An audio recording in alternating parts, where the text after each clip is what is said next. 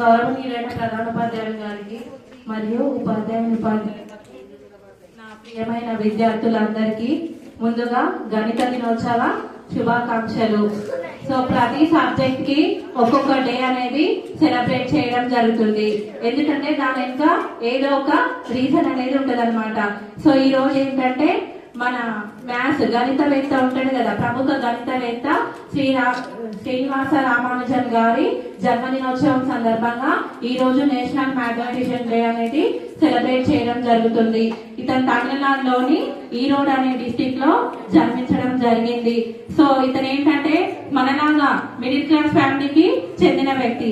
ఎన్నో ఆర్థిక ఇబ్బందులు ఉన్నప్పటికీ కూడా తను ఎంతో కృషి పట్టుదలతోటి మ్యాథ్స్ లో గణితంలో మెలకువలను తెలుసుకొని తన మిత్రుడైన ఇంగ్లాండ్ కు చెందిన ఒక వ్యక్తి హార్డీ అనే ఒక వ్యక్తి సహాయంతో ప్రపంచ వ్యాప్తంగా రాయల్ సొసైటీలో 1918 సంవత్సరంలో సభ్యులాగా ఎన్నికవడం జరిగింది.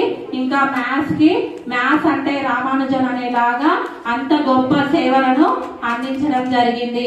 చూడండి అన్న, ఇంకోటి ఏంటంటే మన లైఫ్ లో మనం చూస్తూ ఉంటాం, మనం మాట్లాడేటప్పుడు అందరు ఏమంటారంటే లెక్క ప్రకారం మాట్లాడు అంటారు. లెక్క అంటే ఎలా ఉంటది అంటే కరెక్ట్ ప్రాపర్ గా ఉండటం జరుగుతుంది. ఇంకా ఏంటంటే చూడండి అన్న, మనం ప్రతి దానికి మెజర్మెంట్ ఉంటుంది. సమయం అనేది దేంతో సూచిస్తాం నాన్న? సంఖ్యలు, అంకెలు అని ఉంటాయి కదా. సో ఈ టైం ప్రకారం ఈ లెక్క ప్రకారం రావాలా అంటారు. అంటే లెక్కలకు ఉన్న ప్రాధాన్యత ఏమున్నదో ఒకసారి అర్థం చేసుకోవాలి.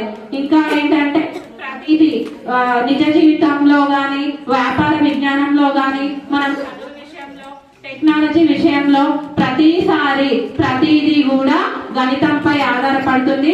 గణితంతో అందరికీ మంచి భవిష్యత్ అనేది ఉండటం జరుగుతుంది. ఇంతటితో నా చిన్న ఉపన్యాసాన్ని ముగిస్తున్నాను.